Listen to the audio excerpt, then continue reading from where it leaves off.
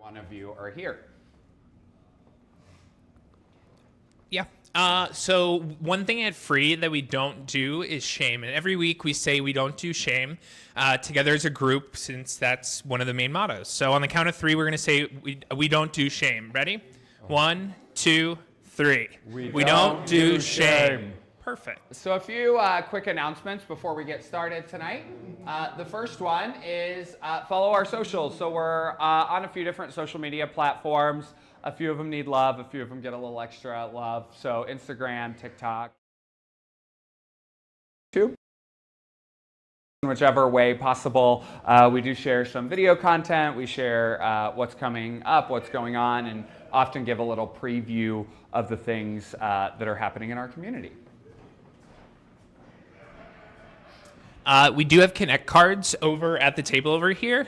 So we encourage you to fill those out so Pastor Seth can meet with you for coffee, connect with you with the community. So you will receive some free merch too, which we have a lot of. So make sure you fill out a Connect card. Yeah. And if you've already received some merch and maybe you like the new ones, Andy, hold up the new shirt. We do have, Shelly's not here this week, but it says recovery looks good on you. And it's in a nice soft blue. So those are $30 if you've already gotten merch from a Connect card before. So volunteer with us. So service is a key of any healthy community, as we'll be talking about in a little bit tonight. It takes people to set up chairs and start the coffee and do all of that. There's a little bit more than just that, though. Whenever we serve, when we volunteer, when we show up for one another, Shelly, we just mentioned you. So whenever we show up for one another, we'll talk about it in depth in about 5 minutes. But it really is the way to take ownership of the community and make it a space where you not only belong, but it's yours. So volunteering is definitely important. Right now we have a little bit of a need. So Ryan's been doing AV every week. So if you're techie, if you can troubleshoot a problem, other than me who just turns it off, turns it on, and calls my boyfriend who also doesn't know,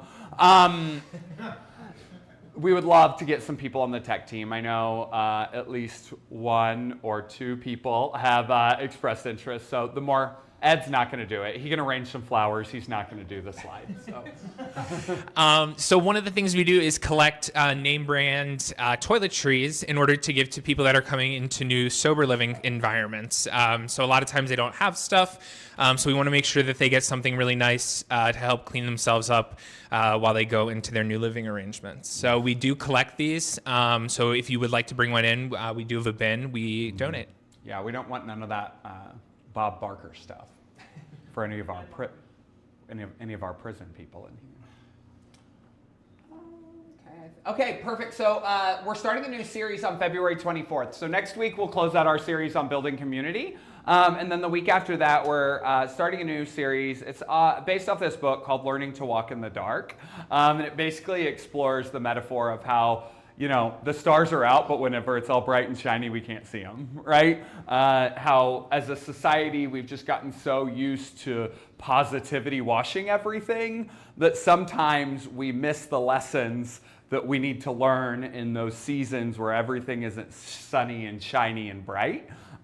This book and this thought has been kind of shaping this stage of my personal sobriety, and so I just thought I would share it with all of y'all. Sometimes we like to walk around problems instead of through them, or issues or challenges, and when we just kind of embrace that not all seasons are rainbows and butterflies, we're able to grow in ways that we can't grow when everything's bright and shiny. I'm really excited about it, but it probably won't be those feel-good, super positive ones.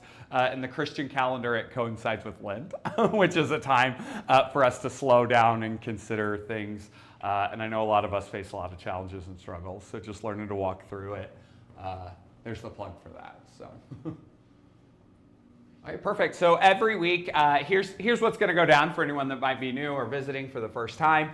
We'll start off in about 20 seconds with some celebrations. So these are your opportunities to share what's going good in life. Maybe I know there's a few people in here that just graduated from treatment, right? Maybe you just got a rockin' score on the LSAT. These are actual things that I hope people mention. And so just share with each other so we can not only celebrate with you, but if we are in those dark seasons, we can see that there is light at the end of the tunnel. And then we'll do a short message that just focuses around a recovery topic.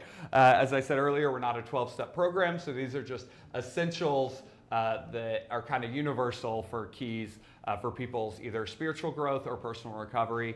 We'll slow down for a second and listen to a song and give us an opportunity to meditate before we have our guest storyteller tonight, who is Lynn Jones. If you've met him before, he's our guest storyteller. Christian will be doing the interviewing for the first time, because I think y'all see enough of my face. And then we'll close out with heartbreaks, which are just those things that are maybe a little too heavy to carry out of the room on your own, and just give everyone an opportunity to support and care for you. Well, it should last. We should be out of here by 8.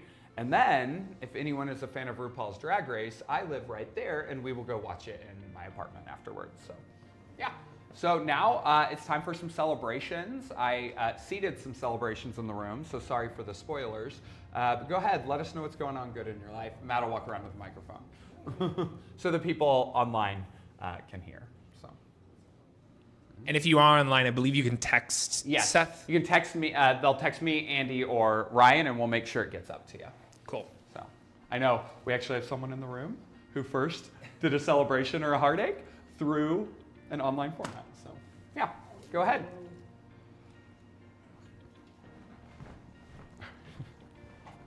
Hi, I'm Lennox. I just got a rockin' score on the LSATs. So I'm happy about it. Like any good alcoholic, she's going to take it one more time, you know. My name is Ash, and I just finished a 28-day program and moved into a sober living house. My name is Sincere. This is not really a celebration, but it is because this is my first time here, and I'm so grateful to be here.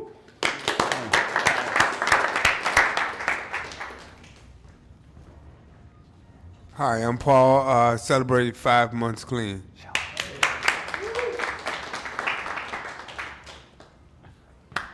Sorry. Congrats.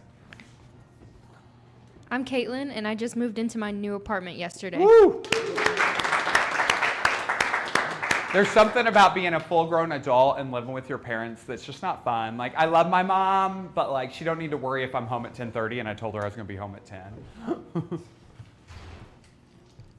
My name is Matthew, and about a week and a half ago, I got a year and a half. I think I said that last week when I was here, so I'm double dipping. But also in the past year and a half, I've brought my credit score from a 590 to a 730. Yes. So all you people with a month that are struggling to find an apartment, it can happen. I was in a similar boat. Mine didn't go up that quick, but. Hey y'all, small and random one, but I just did my first experience doing mammalian taxidermy, and it fucks and is awesome, and I'm so Nice. excited. Can Manalian, here, clap for that, yeah. Can you make me a squirrel on a stripper pole? Because I've been on the market. I probably not, but the insect asylum is having classes in squirrel pose. I don't want to touch dead things, but I do want a stripper squirrel in my apartment. I know Oh. I don't have my phone on me, so hopefully Andy or Ryan are getting, the ADD hits hard, and who knows where the hell my phone is right now. Oh, you've got it. Oh, okay. Oh, it's blown up. Yeah. That's awesome. Probably not. Okay. Oh, it was Shelly saying she was running late. But she was on her way.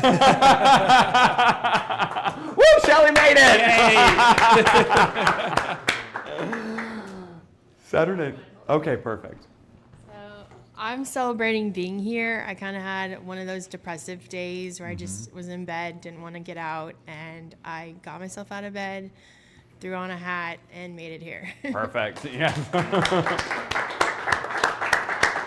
I think we've all been there at different levels, right? You know. Yeah. We have about a minute left. I just want to celebrate. Last few weeks have been really hard, but through the difficulty and challenges, I kind of had I think I had a psychic change where I went from always feeling like I had to stay sober to feeling like all of a sudden I want to stay sober. And that was a big thing for me, and I think I really feel it now, and I think I'm just really valuing my sobriety more than I ever have. In a way, it's like when all you have left is your sobriety, you have to really look at it and be like, this has incredible value, and this is my path to happiness. Absolutely. And it's helped me a lot. Yeah, that's a good one. Yeah, I feel like those kind of qualitative ones that aren't as quantitative are actually sometimes go way deeper, right? Yeah. I'm Milan, and I finally got a sponsor. Woo! We're going to be praying for Milan. I know who our sponsor is. Who their sponsor is. Sorry about that. Okay. Well, thank you very much, Matt. There's a lot of things to celebrate when we're in community together, whether we're the addict, the loved one of the addict, or the spiritual refugee. I think a lot of times those spiritual refugees, we kind of all hold a piece of that in us, right? Like what's the 1 and 2, right? Where we feel spirit of the universe, or maybe just the connection to others calling us in, and all those things that look like that have been pushing us out. So I think it's a success that each and every one of us are here today and here doing this. So in recovery, as you know, we've been kind of going through a rather long series. Our future ones probably won't be as long, but it's on how we build community. What are the essentials of community? And tonight we're going to talk about how serving others is the essential of any healthy community, and not just for the community, but for the people involved. And we hear it all the time in recovery circles, right? The phrase service keeps us sober. Well, I don't think service gives us this automatic immunity to a relapse. I mean, there was a guy who was serving here one night and was high in a porta potty at Belmont Harbor 12 hours later once, right? Like service, it wasn't that funny, so I guess I shouldn't have said it. I talked to him about it before, and he goes, any joke's great as long as it's funny. It was approved by this anonymous person. So service doesn't actually provide us some deep level of immunity to a relapse, or even like a spiritual relapse, right? Service doesn't do things like keep us inoculated or make us perfectly pure or good at any given time. It's not some magic shield, and it doesn't guarantee, and it most certainly doesn't erase cravings. Otherwise, we wouldn't have any sort of recovery systems or programs in place. We could just go serve at the soup kitchen once a week and we would all be good, right? And service isn't a transition from volunteering into a moral test. If you're serving just to get people to look at you and say, now that's a good guy, right? You're probably not going to experience those deeper, meaningful transformations that come when we are of service to others. So, service is not this cure-all that transforms everything, but what service does is it does shift the way that we engage with the world. From what I can take to what I can give. From what I need to receive, it's all about me and how do I meet my needs, to how can I be a part of a healthy community that lifts each other up. That's what service truly does, and it's all over recovery wisdom. Recovery wisdom, the big book of Alcoholics Anonymous says that selfishness and self-centeredness is the root of all of our problems. And it's not because we are bad people. It's because when we focus exclusively on ourselves, we don't always care if we hurt others. We don't always care about the person sitting next to us or the person on the street. And ultimately, addiction can be boiled down to a disease of self-centeredness. And service is one of the ways in which we can practice our way out of it. Instead of just sitting around thinking about action, action can change the way that we think. I think the old-timer phrase is that we don't act our way into right thinking, right? What do? We don't think our way into right acting, we act our way into right thinking. And service ultimately allows us a gateway or a pathway to put principles before personalities. And that sounds really easy in theory, right? But it gets harder when service actually costs us something, especially when our ego gets involved. And I don't have an ego problem. I don't know about you. Just kidding. I have a major ego problem. I have a major ego problem. And recently it kind of bubbled up and came to light. So there's this really there's this decent sized recovery conference that happens here in Chicago every year, right? It's a recovery conference that focuses on queer people and 12-step recovery. And recently I got asked to lead a workshop at this recovery conference. And I thought this should be pretty simple, right? It's just 1 hour. It's pretty simple on paper. I can just come in and leave. And sure, there were some pretty big personalities on the planning committee with some pretty strong opinions. And I didn't always get along with them. But I thought, I could just do this 1 hour workshop. So I planned to just show up and leave. I spent, a little bit of time because, my ego makes it to where I wasn't going to lead a bad workshop. And then stuff started escalating. I started getting these private messages from 3 or 4 different people on the service committee. That one of them was very broad and general, and one of them shared the nitty-gritty details of what this specific person that was on the planning committee had to say about me. This person, and I'm saying this person because I'm afraid if I gender them, you'll all know who I'm talking about, but this person was making a lot of assumptions about me, a lot of assumptions about my character and my motives. She was really hurting my ego. Oh, I ruined it. There is 4 she's on that committee, and if you know, you know, right? My therapist knows, and not from me. But anyways, I was done. I put all my time and energy into doing this, right? I'm a professional with 2 master's degrees. I'm doing this for free, and what is, not for free, but for free, no cost, right?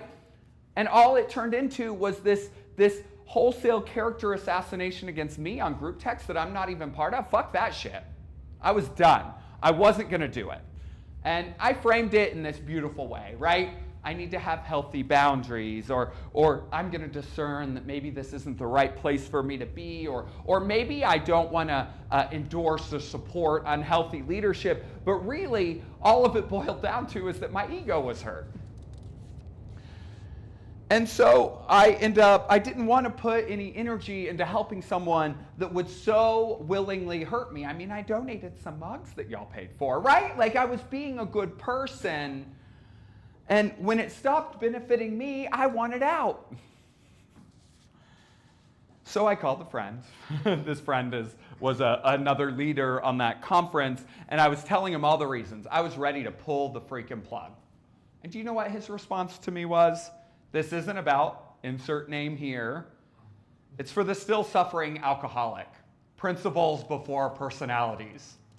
And in that moment, that whole service thing switched from being an ego-centered service thing, which it most certainly was, to recognizing the point of why I was even agreeing to do it in the first place. It exposed where my focus was. And that the decision to whether engage or not engage wasn't focused on me. It was focused on the primary purpose. And in the end, I ended up doing that workshop, right? I think a few of y'all were in there. And then afterwards, several people came up to me afterwards and were like, I love the way you look at God or whatever. And so I guess I did still get the ego inflation. But there were people in that room that were able to see God in a different way because I didn't let my ego get in the way of showing up to this service opportunity.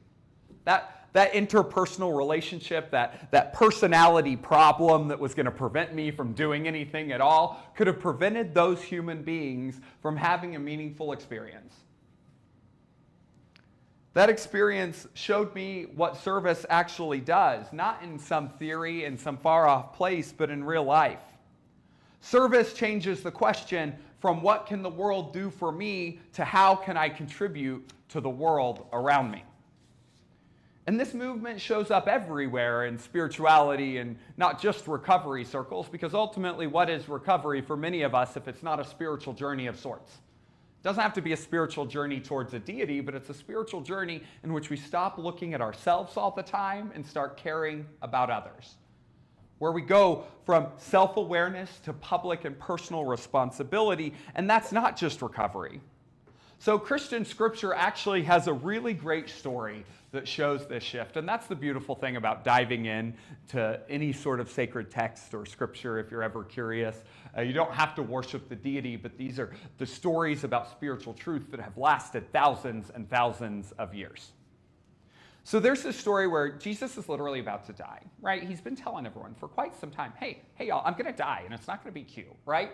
But two of his disciples, so these people that followed him around and learned from him in the ancient biblical Palestine, there was a bunch of spiritual leaders and they had their crew, right? So these guys' names were James and John, and they go up to Jesus and they ask Jesus a question. They say, Rabboni, which is teacher or rabbi, they say, this question at first could sound a little spiritual. It could sound like they're looking for closeness. But what they ask him is, teacher, can we sit on the right side and the left side of you?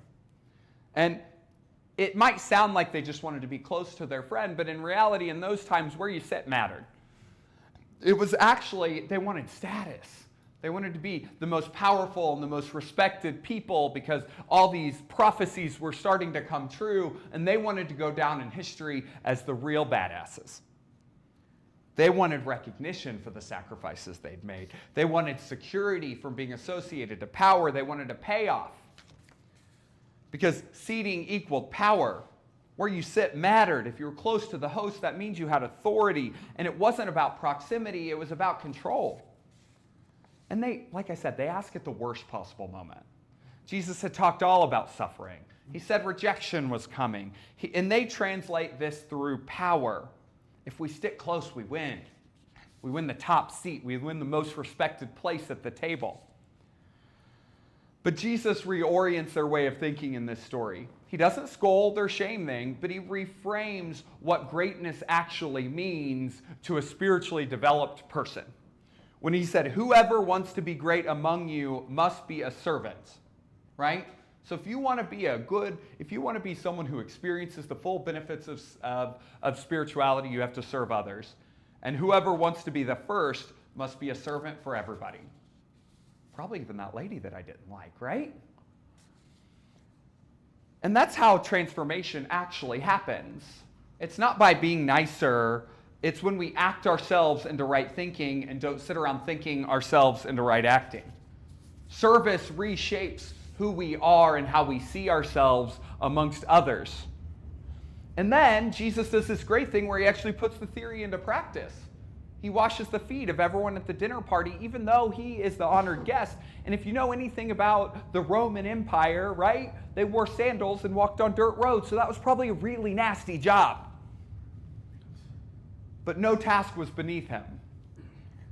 He redefined authority in this moment, and we can see what authority looks like for us today by looking at this story. And this is the same for any community. We just often use different language. It might not be sexy or glamorous to set up the chairs every day, right? But without the chairs, people who come in wouldn't have a place to sit. Recovery might call it service, and Christianity might call it servanthood, but it's the same shift of focus in both groups. It's the same spiritual outcome of not focusing on ourselves, because when we focus on ourselves and what we can get and how I can get it, we always want more. There's never enough power and there's never enough money. Otherwise, the most powerful man in the world and the richest man in the world wouldn't be up at 3 a.m. tweeting about people. And this doesn't erase our problems. It just loosens the grip that our problems have over us. So what does service actually do for our soul? We know it's a good idea. Some spiritual OGs said it was a good idea. It does three pretty important things. The first of those is when we serve, we have the opportunity to feel real, honest connection. Service creates connection amongst people. Every week when we do the volunteer with us slide, right? I guess I didn't talk about it this week, but I talk about how our service teams, our volunteer teams, are actually the people that are closest to each other. When you show up and you serve with people, you hear their stories, you ask how their day is. You actually are working together for a common purpose. You don't just serve someone, you serve with people. You're early, you're late, you put up chairs, you make coffee, you clean up. And in that process, there's something natural that happens called belonging. And if there's one thing this world so desperately needs right now, it's belonging. Because addiction or spiritual bankruptcy thrives in isolation, and connection and community is where spiritual fulfillment truly thrives. So whenever I was 6 weeks sober, I joined my first committee. Anyone ever been on a service committee? Inside 12-step, outside 12-step? It's an interesting task, right? You fight. There's a lot of fighting. A lot of fighting. So I joined this committee, and I didn't join it for any good reason. I was at a 12-step meeting, and this really cute guy came in. Classic. This really cute guy came in, and he was like, hey, we're having this bonfire in Branson. And I was in Springfield, Missouri. Springfield and Branson are about 30, 45 minutes apart. And I was like, oh, a cute guy asked me. So I agreed to go. And then my sponsor was always like, as sober people, we maintain our commitments, even though I didn't want to go. So I went even though I didn't want to go, and met his girlfriend. It was great. And so I'm at this bonfire, and then I get on the Missouri State Conference of Young People and Alcoholics Anonymous bid committee. So every year, several cities bid to host the conference there that year, and the conference moves from city to city in Missouri. And so I get on this committee, and these people, like, I really didn't know them. And honestly, at that time, not a lot of people wanted me around. If you think I'm a lot now, you should have met 2018 Seth. And so I joined, and I drove this like 1993 Ford Bronco that got 23 miles to the gallon. And like many weeks I was faced with this decision of like, do I pay the electric bill or do I put gas in my car? Like I was real broke in early sobriety. And so I told them that once. I was like, hey, I can't really afford to come down. Do you know what these people did? They passed a basket to pay for my gas. These people wanted me there. In the end, we ended up winning the bid, and I was on the host committee for a year where I was the program chair, setting up speakers and panels, and after that, I was on the advisory committee where they elect certain people from the host for 5 years. And in that time, I helped this conference grow and go to new cities and reach new people, and I saw people come to life that didn't know that you could have, sobriety countdown where people run around dressed up as the Grateful Dead bears and give you hugs when you have 24 hours of sobriety, right? I got to be part of that. But even more important than that, the connection piece that came, there were days where that veil between me, sober Seth, and meth head Seth was tissue paper thin. And just the thought of having to call those people that passed a basket to pay for my gas and tell them I relapsed kept me sober. That commitment and connection to people can be the thing, that one excuse, that one veil, that one whatever that keeps you in between being sober and not sober. So being of service provides a level of community that I don't think you can get from coffee. Coffee's good, don't get me wrong. Connecting with people one-on-one's good, but working with people towards a purpose has power. And another way that service really reorients our soul is through ownership, right?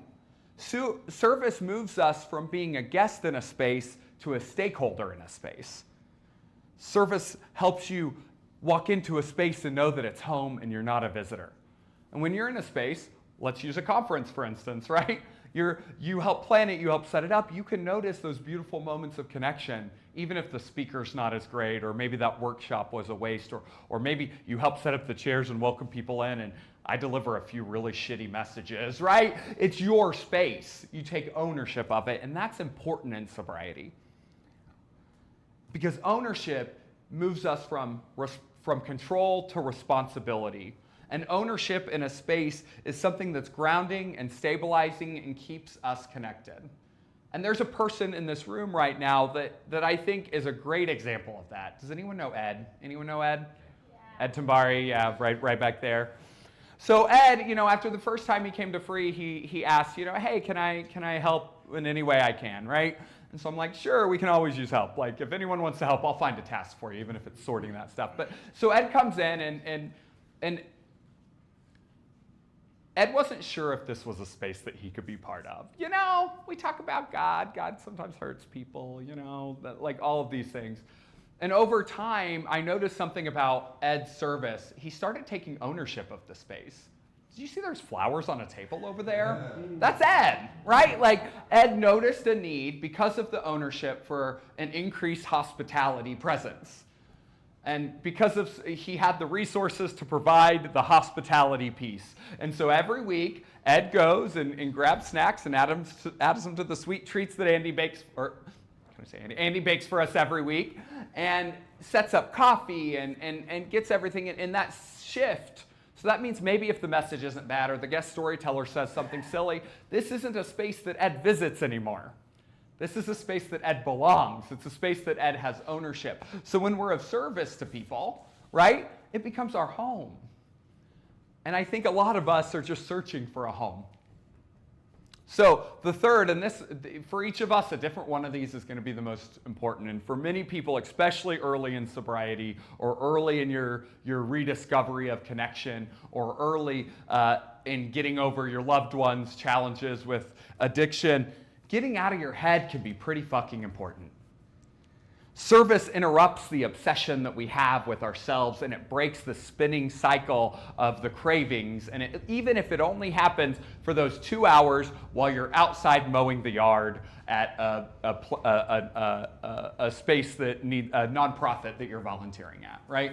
I'm trying to use non-free examples, even though I switched to note cards, so it's kind of in my mind. Service can break that obsession. In that time that you're thinking about others, you're not thinking about yourself. Every week in this, so you might notice that this space isn't ours 24/7, right? So every week there's a meal for people who are unhoused, and they feed 80 to 100 people in there every week. And there's people in here, this is the room that they prepare the food in. And so when they're here and they're preparing the food or they're carrying it out there and they're connecting with the community members, they're not thinking about their own shit. And in Lincoln Park, we're kind of a privileged neighborhood, right? And so it helps frame some of their own challenges and problems. I've talked to the volunteers. I know Christians volunteered with them before. They're like, my problems don't seem like such a big deal when I'm talking to someone who doesn't have any shoes, right? And helping them get shoes. So service can shift that focus away from is it working for me to what I can do to help others. It humbles us without humiliating us. And I would love some humility that didn't involve being humbled first. So if we zoom out and talk about the bigger picture of service as a foundation of spirituality, this is not just recovery wisdom. In Judaism, they call it mitzvot. It's concrete acts of responsibility towards others. Judaism has it. Buddhism has compassion as one of their biggest practices. Islam has zakat, which is a reorientation of life. In recovery, we say we carry the message, and all of these practices are to reduce our ego enough to make room for God to transform our lives. And then service is the way that transformation doesn't stay with us, but moves outward. Because we can't really fully experience anything if it doesn't move outward to others, which is, spoiler alert, what we're talking about next week. And if you don't know where you can be of service or what you can do to support other people wherever you serve, or you don't know what impact you can do that matters, you can talk to me after, and I'm sure there's a lot of people that do a lot of things that helps reorient themselves. You don't have to have special skills to set up chairs or carry drinks to people that come to Dignity Diner on Thursday. You don't have to have special skills to work the registration booth at Roundup, right? Because the truth is, community doesn't happen by accident. Chairs and coffees and story and space, this responsibility that shapes us, this service that keeps us connected, this thing that keeps us sustained in our sobriety by belonging. And we don't serve because we're healed and perfect and showing other people how to do it. We serve, and then it keeps our healing continued. Now we're going to listen to a song about mutual dependence, about looking out for one another. Tyler actually requested it, and I've been sitting on it for a few weeks. So sit in whatever contemplative posture feels the most comfortable to you, and as you sit, just think about the areas where you may be feeling called to serve.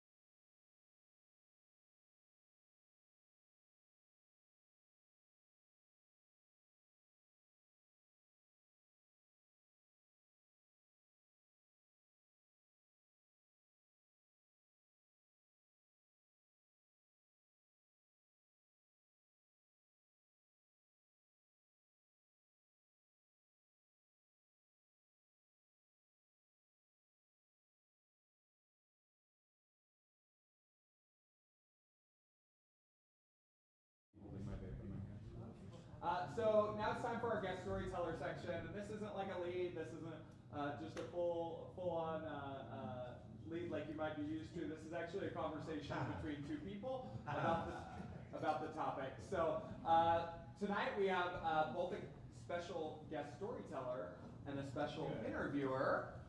So tonight we have Lynn. Many of you know Lynn. Service is the appropriate topic for him to talk about.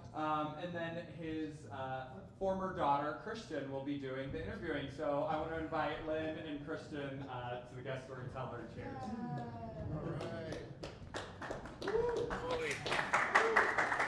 Okay. That's okay. You want to switch sides? You want to switch sides? We can. Okay, cool. Hi, guys. How's it going? Hello. Good. I'm glad to hear such things. Yes. So Lynn, welcome in. It's Lynn was my old sponsor once upon a time. Times come and go, but he's still a very good friend, and I'm very excited to hear about your story. Could you qualify for a second? What brought you to this chair? Where have you been? How far down have you gone, and how high up are you now? God, I want to say my name is Lynn, but I know we're not in that room right now, so I'm going to just ignore that part. But so I'm. When Seth asked me to share, it was the perfect topic to share on for me. I'll explain a little bit why a little later, but I've been sober for 12 years as of, just recently, just in December. And so, for that, I'm super grateful for that. I think that being in sobriety has taken me to a place, first of all, that I never thought I would get to. I grew up a normal kid in a great family, and it turned into college, which turned into our, regular drinking. But for me, it was always over the top. It was, started off with just drinking with friends, because I didn't start drinking until I was 21. And it went to drinking every single day, a few times a day. And it just got worse and worse until I discovered crystal meth. And, that alcohol was about a 10-year run, and then crystal meth was a short, probably 3.5, 4 years, and it took me out. I mean, I was just sitting with a few friends at dinner yesterday, and I have these memories that come back, and he was wearing a rugby shirt, and it reminded me of, I had this, when I was in college, I was part of the basketball band, so I always used to brag, I was on CNN all the time. Or not CNN, the sports channel, whatever the hell those basketball games take place. But as you can tell, I'm not a sports person. But sports ball is not my favorite all the time. But so back to the rugby. So the rugby is what we used to wear for those games. And one of my favorite shirts, I lost it during an eviction. One of my evictions, I had two. I was at work, and they threw everything, and I didn't. When they said they were coming to evict me, I'm like, okay, whatever. When I came home, all my stuff was not only out in the lawn, it was all gone. And that is really where my story always leads to. Everything just goes away for me when it comes to drugs. I mean, I'm the typical face of drugs you see on a bulletin board, or the eggs cracking in the skillet. That really was me. And so getting to this point in life, it helped working on myself, my spiritual malady. I was very religious, Catholic-wise, before. When I got older, I was actually going to become a priest, or when I was younger, I was actually going to become a priest. Probably mostly because of shame, to be quite honest. But then I came back and got sober and went to a church in Dallas, and Seth knows that church, I think, very well. Some would say it's scandalous. I would say it was a place that helped me grow spiritually into who I was. I took a lead role there to be seen, because it was a gay church, and I just wanted to be seen. And you mentioned that in what you shared earlier, and that turned into something more than that. It turned into a lifelong of service work, understanding where God fits in my life, my higher power, and trying to take that religion and my belief of God, and then really not look at those other religions that would say I'm a bad person, because I already felt like I was a bad person, which is why I used. And this put me in a place where I felt better about myself. And so that was my start. That was my journey into recovery, along with, of course, the program. So, yeah. Fantastic. Seth mentioned a lot about service. You've taught me a lot about service. You know, even though we don't work together anymore, I took a lot of what you told me with me, and I'd love to hear you espouse more on that for everybody else too. What does service mean to you? How does it factor into your sobriety? How does it save you? So somehow Seth made service sexy. So I have never heard it in a way where now I just want to go out and do service. And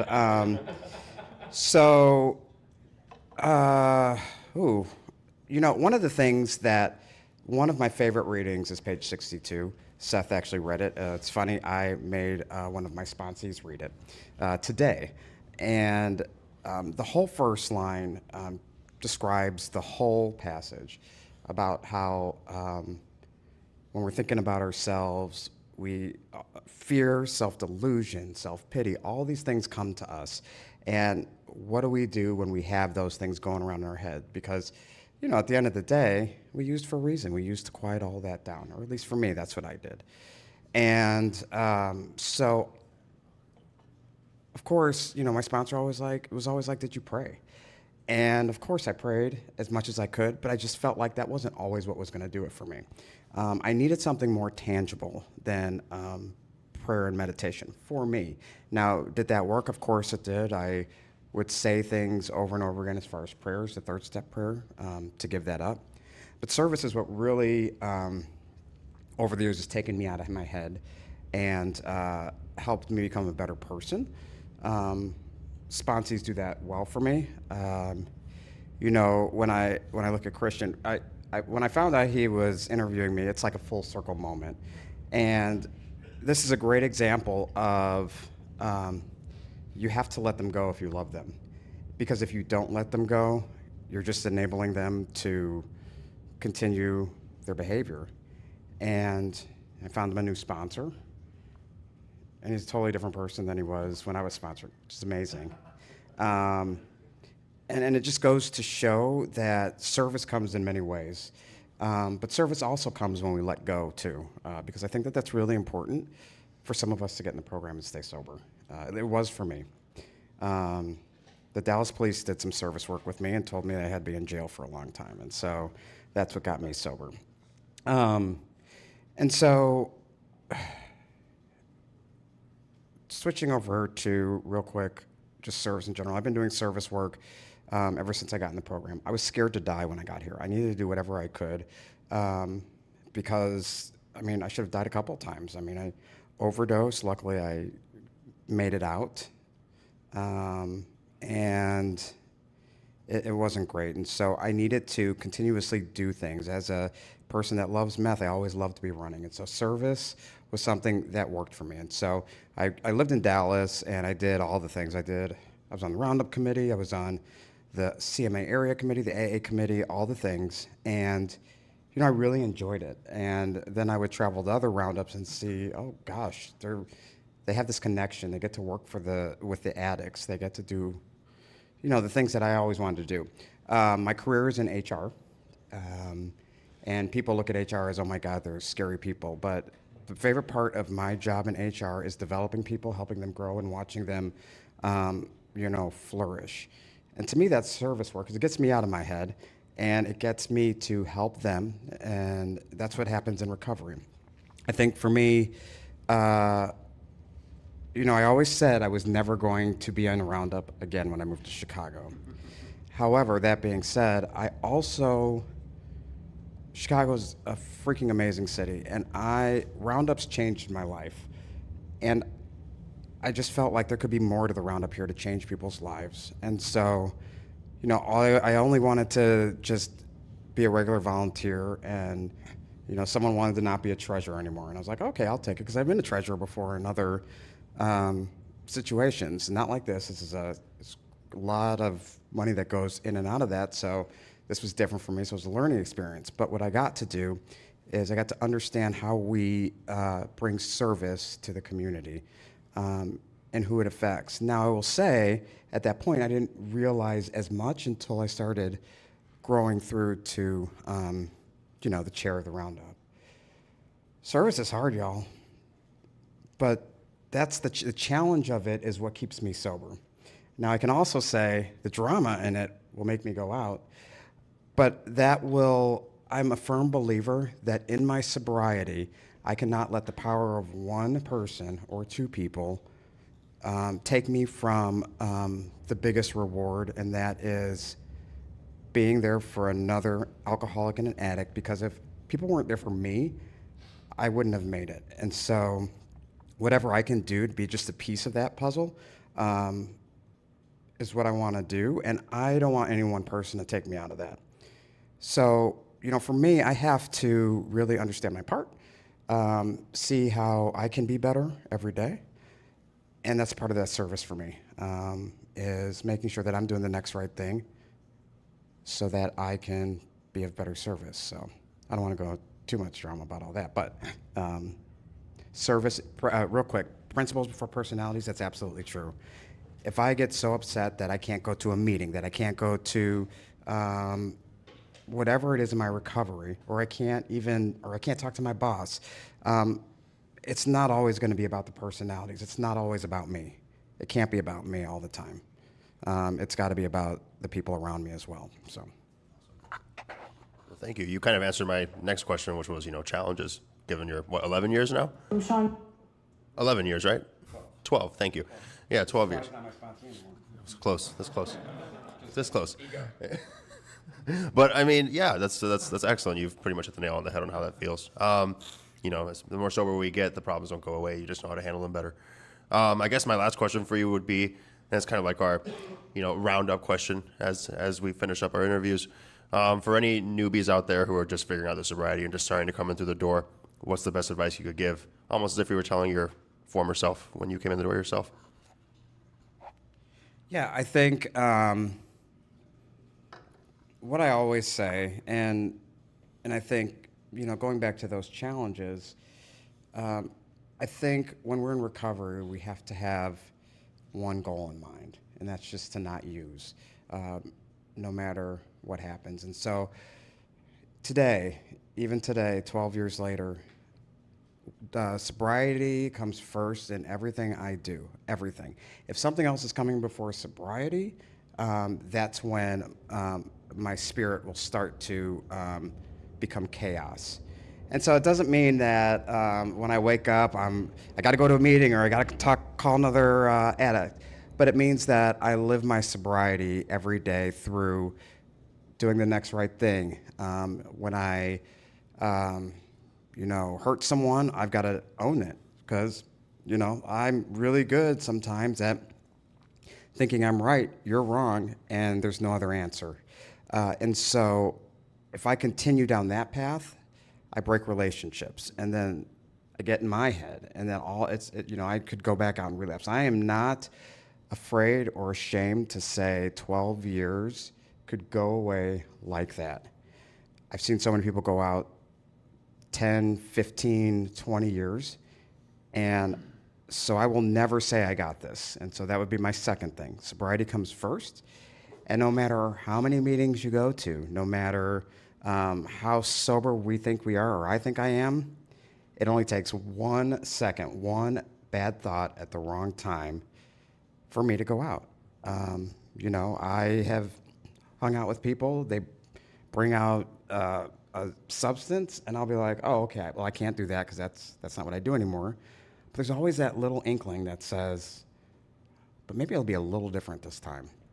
And if I look at my history and I look at my current situation, I do everything. I do everything with passion, let's just say. If I am using meth, I will use meth like a rock star. If I go to one of my favorite restaurants which Seth hates, I'm going to go to that restaurant like a rock star and get the same thing every fucking time. I mean, every time, sorry. Oops. And so I have to remember that that's who I am and that's what I'm going to do. And so if I put a drug or drink back in my body, that's what's going to happen. And so sobriety has to come first. And then I've just got to remember that I don't got this. And I think those are the two things we forget, especially when we're new into, I think the two times we forget that is when we're new in sobriety, and we forget to focus on our sobriety versus other things, sex, relationships, the list goes on. And when you get older in your sobriety, because then you think, I'm 12 years sober, I'm not going to relapse. I have no more obsessions anymore. And that's just not true. While I don't have the obsession, I have the memories, and I have the memories of the times when it felt really freaking good. And I sometimes forget about those memories where I'm on the street sleeping on a park bench because I've sold my car for drugs and now I don't have any home anymore. And I can't go back to that anymore. And so, so I think those are the things that I would say. I mean, sobriety is a wonderful thing. If you're new in the program, it gets better. Sometimes it gets a little worse. Had a rough year this year. But if you're working your program, if I'm working my program, I know that I have tools to get me through those tough times, and I don't have to use today, and I don't ever have to use again. So I think that that's kind of my deal. So, yeah. Thank you, Lynn.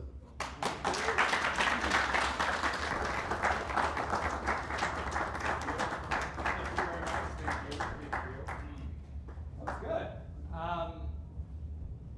I always, every time there's a guest storyteller, I'm like, gosh, they made some good points that I didn't make, and that's why we need guest storytellers, because as a community, we hear information and we learn and grow together, both spiritually and in our own recovery. So now, this community exists because people show up and serve, but it also exists because people are generous. People are generous, and it helps us have chairs and coffee and all those beautiful things. And as we work to grow and build out our community, generosity becomes more and more essential. So if you're able, if you're willing, I just invite you to, there should be maybe the slide didn't come up, but there's a QR code. You can go on to freerecoverychicago.org. There's a giving button. Setting up recurring giving helps us know how to plan for the future. So thank you very much. And now it is time for our heartbreak. So this is the time where you can bring your pain to the community and hopefully get greeted with love and support. So I will ask Matt, just raise your hand. If you're online, shout out to the LSSI folks that are joining us today. Hopefully in the next, when y'all get through that, you can be like a few of the people here in the room right now. We're excited to see it in person. Sincere and Ash just both gave you a this. In a much more trade way than I did. So, yeah. So if you've got any heartbreaks, here's your time to let us walk alongside you with that.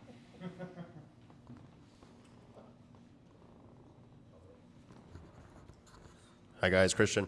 I had a very intense and very poignant talk with my mother. It was very nice and heartbreaking to learn that we're now both in therapy and we can have some very real, vulnerable questions. It's been a hard 2.5 weeks for both of us, just on a personal level and with what's just going on in the world, in the news. A lot of it hit home a little too close. So, yeah, I guess just a thought out to anyone who's ever suffered from sexual abuse, to be blunt about it. So.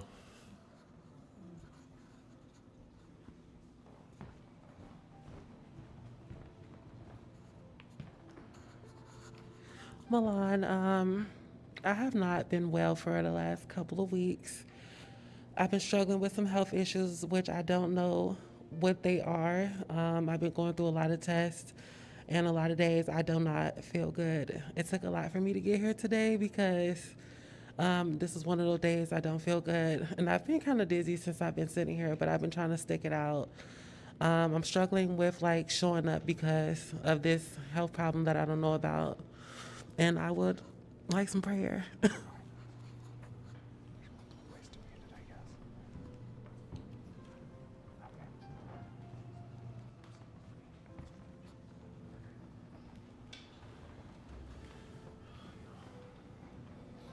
My name is Matt. I'll ask for some prayers from my brother. He broke up with his girlfriend of about 2 years today, and so he is like really, really devastated. So I don't know what's gonna happen there, but my brother's the exact opposite of me. Like, doesn't cry, doesn't do anything like that, and so listening to him like be sobbing, I was just like, whoa. So, thoughts and prayers.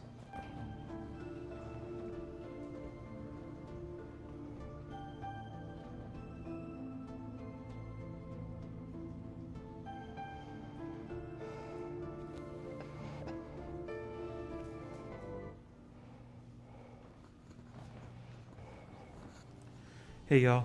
I was asked by some friends to help facilitate like important-ish organize-y meeting kind of thing tomorrow, and there was a lot of like prep work for it and coordination for it that I really wanted to do, and instead like the last week I have been very much in my addictions a lot. I've lost like 4 full days just kind of doing nothing, and like I'm struggling to navigate both like kind of getting back to a degree of stability treading water while also grappling with like feeling like I've already dropped this ball hard before I even do the thing. And so yeah, gonna show up and do my best tomorrow for it. And yeah, I just would appreciate some holding space. Thanks.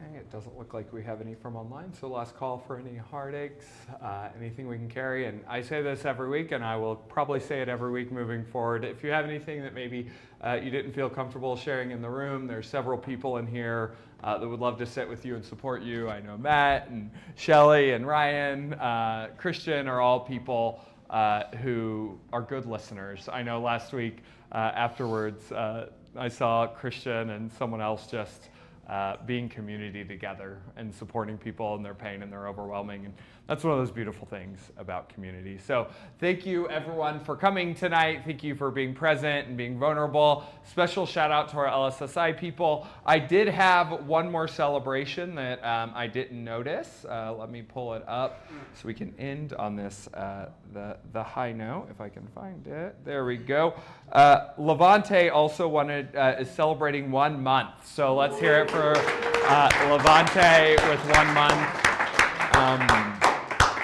As I said earlier, we're excited to see y'all once you can make it in. So every week we close in a prayer. So there should be a prayer showing up on the screen here in a second.